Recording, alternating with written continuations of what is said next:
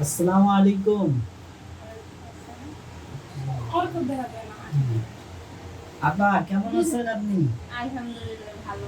ভালো আছেন? আপনি আমাদের এখানে কি সমস্যা নিয়ে আসছেন? পাইলসের সমস্যা নিয়ে। পাইলসের সমস্যা নিয়ে আসছিলেন? হ্যাঁ। কি সমস্যা হইতো আপনার?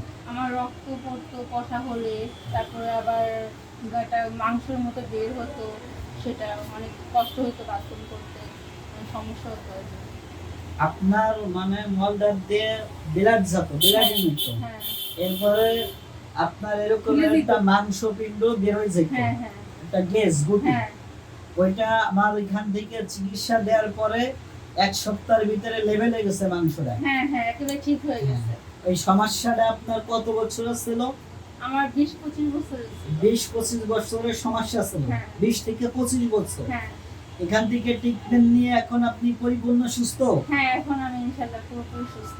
আপনার ওই মাংসটা বের হয় না? না কোনো সমস্যা নেই এখন। ব্লাডও যায় না? কিছুই হয় না। কোনো জ্বালা যন্ত্রণা ব্লাডিং সবকিছু হ্যাঁ সব বন্ধ হয়ে ঠিক গেছে? আছে। হ্যাঁ কোনো সমস্যা নেই। ঠিক আছে আলহামদুলিল্লাহ।